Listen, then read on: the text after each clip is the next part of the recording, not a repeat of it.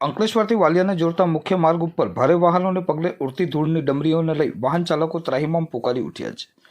ભરૂચ જિલ્લામાં તમામ રસ્તાઓ વરસાદમાં અત્યંત ખસ્તાહાલ થયા છે. તેમાંય મુખ્ય માર્ગોની હાલત તો સૌથી વધુ ખરાબ થઈ છે, જેમાં અંકલેશ્વર વાલિયા માર્ગ ચોમાસાની સિઝનમાં અત્યંત બિસ્માર બન્યો હતો. જે માર્ગના નવીનીકરણની મંજૂરી મળી ગઈ હોવા છતાં કામગીરી નહીં શરૂ કરવામાં આવતા આ માર્ગ પર ઉડતી ધૂળને લઈ વાહન ચાલકો હેરાન પરેશાન થઈ રહ્યા છે.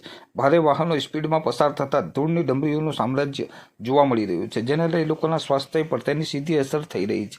માર્ગ પર ધૂળ ઉડતા વિઝિબિલિટી પણ ઓછી થઈ રહી છે, જેના કારણે અકસ્માતોની શક્યતા પણ નકારી શકાય તેમ નથી.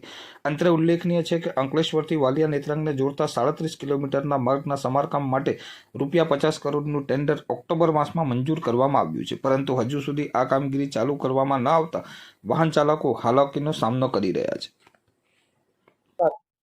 મારું નામ જયેન્દ્રસિંહ મહેન્દ્રસિંહ ભરથાણિયા, એડવોકેટ, અંકલેશ્વર છું અને કાયમ અંકલેશ્વર વાલિયા કોર્ટમાં હું વકીલાતની પ્રેક્ટિસ કરવા માટે રોજ અપડાઉન કરું છું.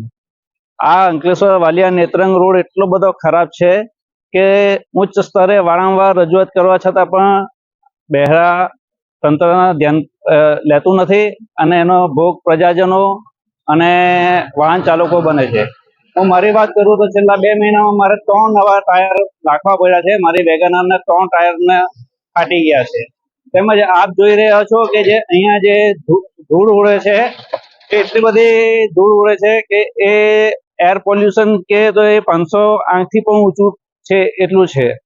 તો આ બાબતે માર્ગ અને મકાન વિભાગ, ગુજરાત સરકારના પદાધિકારીઓ, સાંસદ, ધારાસભ્યો આ બાબતમાં ધ્યાન લે. આ અંકલેશ્વર વાલિયા નેત્રંગવાળો રોડ 4 લેન મંજૂર થયો છે એવું કહેવામાં આવે છે. ખુદ આનંદીબેન પટેલે આપણે દહેજથી નેત્રંગ સુધીનો રોડ 4 લેન જાહેર કર્યો હતો, પણ આ દિન સુધી 4 લેનનું કામ તો કોઈ દિવસ થયું જ નથી.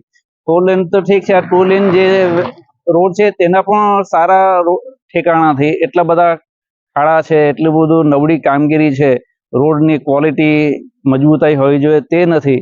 તો સરકારી તંત્રમાં જે લાલિયાવાડી ચાલે છે, ભ્રષ્ટાચાર ચાલે છે, એનો ભોગ પ્રજાજનો બને છે, વાહન ચાલકો બને છે.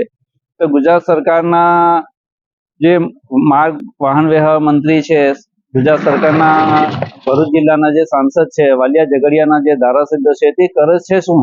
એ લોકોને આ પ્રજાની પીડા એમના કાન સુધી નથી પહોંચતી કે એમને આ મિલી ભગતમાં એ લોકો પણ સામેલ છે?